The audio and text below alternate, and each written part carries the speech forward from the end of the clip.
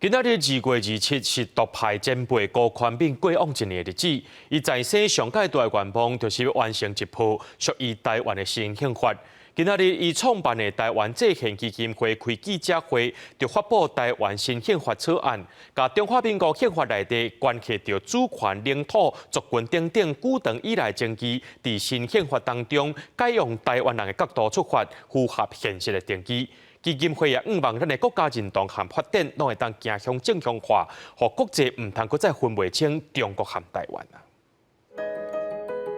新宪法真困难啦，几乎无成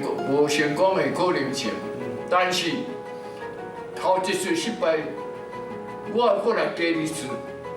第二次若失败，我过来第三次。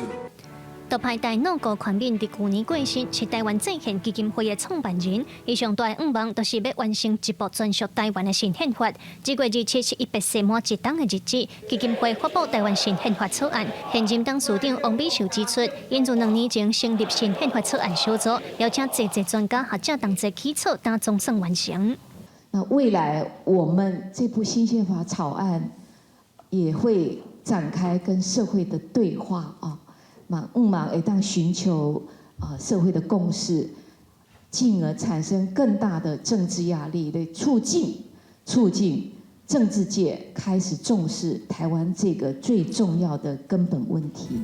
基金会指出，即卖中华民国宪法是英国专门为中国和中国人制定的，伫主权、领土、人民、族群等等的定义，甲台湾现实有真大的前差，致使国家认同错乱，国际分袂清台湾和中国。宪法起草召集人表示，应甲这拢清清楚楚写伫新宪法内底，希望国家走向正常化。伊强调台湾甲迄个中国毋是同款的国家，就是爱法定这主权，咱是为着一本咱台湾真正有理想。符合真正国际标准、真正赞的宪法的内容，这才是咱要追求的迄个思考。